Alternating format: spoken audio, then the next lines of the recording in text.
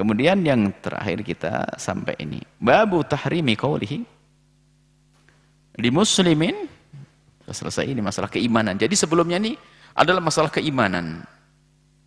Sebelum-sebelumnya masalah keimanan, menjaga keimanan, maksudnya menguatkan keyakinan kita kepada Allah.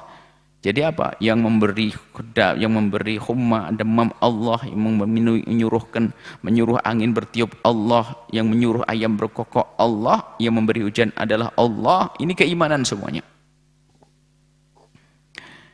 Nah, kemudian Imam Nawawi membungkus dengan bab baru ini. Memang ada orang yang melakukan kekafiran tadi, itu ada keyakinan yang salah, tidak beriman, tapi hati-hati di dalam menghukumi seseorang menjadi kafir harus ada rambu-rambunya. Jadi Imam Nawawi itu nyusun bab ini bukan asal comot hadis sana letakkan begini, comot sana ini.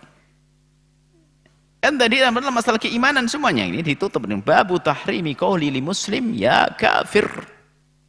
Bab keharaman seseorang berkata kepada orang muslim ya kafir, wahai orang kafir, atau yang tidak beriman. Enggak boleh kita mengatakan kepada orang muslim ya kafir. Orang muslim kok dibilang ya kafir? Menuduh orang lain kafir, menuduh orang lain murtad, berat ini. Menuduh orang lain kafir enggak boleh. Selagi orang itu berasyhadu an la ilaha illallah asyhadu anna muhammadar rasulullah, kemudian tidak melakukan kekafiran yang terang-terangan, apakah dengan lesannya atau dengan perilakunya, enggak boleh kita menghukumi kekafiran. Kecuali dia mengucapkan dengan terang-terangan dengan lesannya atau sujud kepada berhala, jelas dia pekerjaannya. Omongannya merendahkan Islam, kafir dia.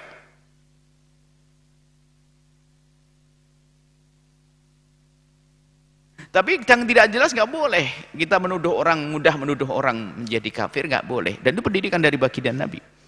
Bahkan suatu ketika ada Sayyidina Usamah bin Zaid dalam sebuah peperangan begitu, ada satu orang itu di saat sudah bisa dipegang oleh Sayyidina Usamah bin Zaid, mau dipenggal lehernya itu, tiba-tiba mengucapkan asyhadu an la ilaha illallah atau la ilaha illallah. Sayyidina Usamah ini adalah orang yang sangat dicintai Nabi, ayahnya juga sangat dicintai Nabi. Sabahib ibn al-Hib. Dikatakan orang yang sangat dicintai Nabi dan ayahnya dicintai Nabi, Sayyidina Usamah. Usamah bin Zaid. Usamah, beliau adalah menjadi panglima perang itu dalam usia sangat muda. Mengatakan 14-15 tahun. Bagaimana gagah begitu muda, 14 tahun 15 tahun, dan mengatakan 17, maka mau jadi panglima. Sayyidina Usamah bin Zaid dipenggal lehernya. Beritanya sampai ke Nabi. Nabi marah. Kau bunuh orang yang berasyhadu alla ilaha illallah Muhammadur Rasulullah. Dia mengucapkan itu karena takut dengan pedangku saja ya Rasulullah. Afala syaqaqtaka ala qalbih? Memang kau sudah belah dadanya, kau lihat hatinya sampai kau tahu iman tidak iman? Dimarahi Sayyidina Usamah bin Zaid, ngomongin orang kafir nih. Sudah bersyahadat atau dikafirkan? Dimarahi oleh Nabi, sampai nyesalnya Sayyidina Anas, Masya Allah. Nyusulnya enggak kira-kira? Sekarang gampang sekali mengatakan kafir, menuduh murtad, kafir, murtad. Masalahnya dia nggak ngerti, belajarnya kurang, nggak pernah tanya, tiba-tiba ini kelompok murtad, syirik, sesaat bid'ah, waduh, ini orang muslim kok gampang-gampang mengkafirkan orang. Ada rambu-rambunya, ada aturannya. Bahkan kadang pekerjaannya adalah pekerjaan yang kafir, tapi seseorang melakukannya belum tentu, karena mungkin dia terpaksa, mungkin tidak mengerti, dan seterusnya. Jadi tidak mudah mengatakan sufulan itu kafir, tidak. Seperti kita sebutkan tadi bahwasanya pekerjaan yang mengatakan bahwasanya kami diberi hujan oleh bintang ini dan sebagainya, yang pernah nyebut percaya adanya Nyi Roro Kidul, atau melakukan kegiatan-kegiatan yang selama ini disebut pekerjaannya, memang pekerjaan yang mengeluarkan dari iman, tapi orangnya belum tentu, mungkin karena bodoh, tidak ngerti dia, ikut-ikutan, kurang dalam ilmunya, jauh dari ustadz. Pekerjaannya ya, ini akwalnya mukaffirah, af'alnya mukaffirah, omongannya menjadikan seseorang kafir, tapi belum tentu seseorang di saat melakukan itu langsung kita jadikan kafir, belum tentu. Kita lihat dong bagaimana kisahnya. Sayyidina Ammar bin Yasir pun demikian, dia mengucapkan dia kalimat yang mengkafirkan. Kalau seandainya beliau ucapkan dalam keadaan normal, keluar dari iman. Akan tapi dalam keadaan ditekan, wa qalbuhu mutmainnun bil iman, hatinya masih iman. Jadi ini pekerjaan, percaya dengan danyangan, percaya dengan ini sesaja dengan dewa-dewa itu semuanya. Mempercayai itu semua, mempercayai orang mempercayai itu adalah keluar dari iman. Cuman apakah setiap orang melakukan percaya? Dia hanya percaya enggak. Maka perlu diluruskan begini ini. Maka kita tidak berani juga langsung menjustis, menghukumi mereka itu adalah keluar dari iman. Tar dulu. Dia, kamu yakin enggak? Siapa yang berhujan? Ternyata Allah. Berarti pekerjaanmu itu haram, enggak boleh. Tidak sampai mengeluarkan iman, dia ikut-ikutan di masyarakatnya. Berarti tugasnya Ustadz untuk menjelaskan itu semuanya. Di sini ya tidak boleh mengatakan pada siapapun ya kafir. Kalau orang mengatakan orang beriman kafir, berarti dia sendiri yang kafir. Kenapa? Wong keiman kan dikatakan kafir. Dia orang beriman kepada Allah dan Rasulnya. Dia sholat 5 waktu. Dia bayar zakat. Dia haji. Dia benar. Lalu kita katakan, hei kafir. Loh. Kalau kita mengatakan kafir sebuah keimanan, berarti kita sendiri yang kafir. Wong dia beriman kok kita katakan kafir. Makanya nggak boleh. Nggak gampang orang mengatakan kafir, si fulan kafir. Ini yang harus kita jaga lisan kita. Ada sekelompok orang sampai gelarnya gelar jamaah takfiriyah. Harus gelari begitu, dikit-dikit kafir, dikit-dikit kafir. Berbeda dengannya kafir, Masya Allah. Oh, itu bahaya sekali. Kenapa? Buah daripada pengkafiran ini apa? Nggak sampai sebatas itu. Kalau orang sudah dianggap kafir dari asal Islam itu namanya murtad. Terus selanjutnya gimana kalau murtad? Murtad itu boleh, darahnya halal. Boleh ditumpahkan darah, boleh dibunuh. Nah munculnya bom-bom itu kan dari pendidikan begini. Makanya lihat, pengebom yang ada ini kalau dilacak adalah nanti ilmunya pisanannya nyambung kepada orang yang biasa mengkafirkan orang beriman. Biarpun orang yang mengkafir ini tidak sampai ngebom, tapi pendidikannya nyampe ke mereka. Tidak dilacak semuanya. Cari di rumahnya bukunya siapa coba. Bukunya ngajar jihad dari orang-orang yang suka mengkafirkan, kafir. Karena apa? Mereka meyakini bahasanya ini buat, ini tuhat, ini tuhat, ini pemerintah nggak benar, kemudian ini orang ini pekerjaan kafir, ini dibom. Ya kan pernah ada yang ngebom di kantor polisi di Cirebon bisa waktu itu. Lagi sholat Jumat lagi tuh. Ini di mana cara berpikirnya orang sholat Jumat dianggap kafir itu? Dibom, ajib. Ada yang mati, dia sendiri mati, ada ya. Sampai Pak Kapolresnya waktu itu, Masya Allah, kena beberapa peluru masuk di dalam, besi masuk di dalamnya. Loh. Nah, kayak gini-gini berangkat dari mana? Ya gini, pengkafiran. Karena dianggap kafir darahnya halal. Bahkan kadang-kadang ini doktrin begini ini serem banget. Belum lama ini kan kejadian sampai anak kecilnya perempuan harus siap untuk diajak bunuh diri bersama, bom bunuh diri bersama-sama, pakai kerudung rapi dan seterusnya. Makanya ini Imam Nawawi sedang ngerem, jangan gampang mengatakan kafir di sini ini ada rambu-rambunya, aturannya. Nggak boleh mengatakan orang itu kafir itu nggak gampang.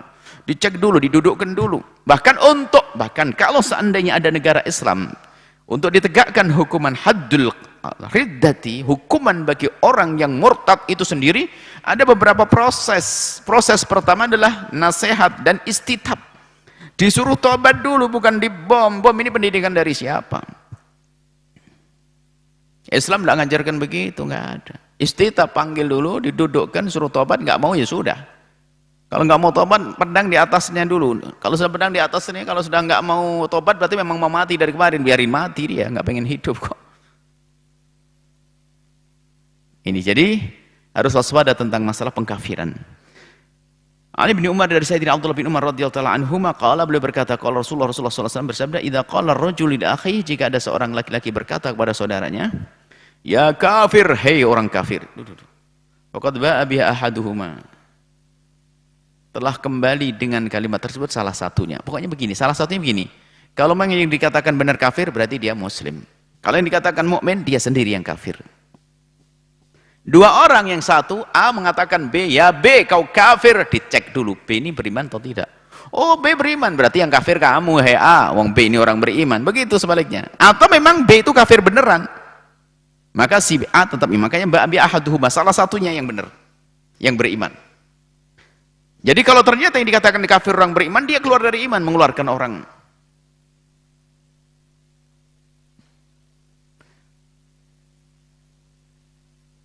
Makanya di saat pernah kita sampaikan, bagaimana kisah orang Ahmadiyah. Kita kan tidak mengkafirkan orang Ahmadiyah, kecuali di saat mereka mengambil satu sikap yang seperti itu, mengatakan ada Nabi setelah Nabi, bahkan mereka sendiri mengatakan mengkafirkan orang lain. Akhirnya menjadi kafir karena perilakunya, bukan kita mengkafirkan. Bayangkan, man amana Nabi Musa, barang siapa beriman kepada Sayyidina Musa, walam yu'min bi Isa, dan tidak beriman kepada Sayyidina Isa, belum dianggap beriman. Wa man amana Nabi Isa, beriman kepada Sayyidina Isa, tidak beriman kepada Nabi Muhammad, belum dianggap beriman. Kan benar begitu? Wa man amana Nabi Muhammadin, barang siapa beriman kepada Muhammad, walam yu'min bil mau'udi, tidak beriman dengan mau'id yang dijanjikan ini, Mirza Ghulam Ahmad, enggak beriman, mazala fi dairatil kufri, masih dairatil kufri, masih dalam keadaan kekafiran. Loh, mereka tuh mengkafirkan kita sebelumnya. Lah kok ada sekelompok orang mengatakan oh tidak kafir. Mereka tuh mengkafirkan kita karena tidak mengimani itu. Mereka mengkafirkan selagi tidak beriman, tidak. Biarpun setelah itu mereka mulai menyembunyikan nas-nas semacam ini, disembunyikan untuk ya agar tidak dicap sebagai kelompok kafir. Loh, setelah kita mengatakan kafir keluar dari iman sekalipun, bukan kita bantai. Wong banyak di antara mereka orang awam yang rindu kebenaran. Selama ini ustadz-ustadz yang benar ini pada males, sehingga di saat datang kepada mereka juru dakwah dengan akidah yang sesat, mereka terpesona masuk. Mereka banyak orang tertipu kok. Bukan langsung kita bantai besok, kita akan selalu sampaikan begitu. Bukan kita bantai, enggak. Kita ajak kembali ke jalan yang benar. Kita bawa ke jalan yang benar, perlahan. Baik. Baikkan kama qala, kalau benar yang dikatakan kafir seperti yang dikatakan oleh orang tersebut, yang disebut kafir itu benar, ya sudah kafir beneran yang dikatakan kafir. Wa illa, kalau enggak, raja'at alaihi, maka kembali kekafiran itu kepada orang yang mengatakan kafir. Muttafaqun alaih, hadis diriwayatkan oleh Bukhari dan Muslim. Wa Nabi Dzar, dari Sayyidina Abi Dzar radhiyallahu anhu, annahu sami'a Rasulullah, beliau mendengar Rasulullah sallallahu alaihi wasallam yaqulu, bersabda, man ta'a rajulan bil kufri, barang siapa memanggil seseorang dengan sebutan kekafiran, hei ahli kafir, atau qala antum wallahi musuh Allah. Loh, orang musuh Allah kan kafir. Walaysa kadzalik, sementara dia tidak seperti itu, illa haru alaihi, kecuali kembali kepadanya kekafiran tersebut. Makanya jangan menuduh orang kafir. Kalau kita menuduh orang kafir, maka kita sendiri akan, kalau kita menuduh orang Islam dengan kekafiran, maka kekafiran itu akan kita miliki sendiri. Na'udzubillah. Waspada. Hara bimakna raja'ah. Baik, dikunci oleh Imam Nawawi dengan ini. Setelah itu semuanya, lihat, kita mencermati di masyarakat kita dengan kejadian begini-begini. Memang pekerjaan itu menjadikan orang kafir, tapi jangan langsung tunjuk fulan kafir, fulan kafir, fulan kafir, enggak begitu. Nah, ini kesalahannya orang itu begitu. Memang pemikirannya ini adalah kafir, tapi enggak langsung kita katakan kafir kok orangnya. Mestinya begitu, kita cek dulu dia meyakini atau tidak. Mungkin dia tidak mengerti, atau dia ikut-ikutan macam-macam, atau dia terpaksa dan seterusnya. Semoga Allah menjaga iman kita, menjauhkan daripada kekufuran, dan semoga Allah Subhanahu wa taala menambahkan keyakinan kita kepada Allah Subhanahu wa taala, sehingga keimanan kita adalah keimanan yang kuat, tidak akan bisa diganggu oleh apapun. Wallahu a'lam bishawab.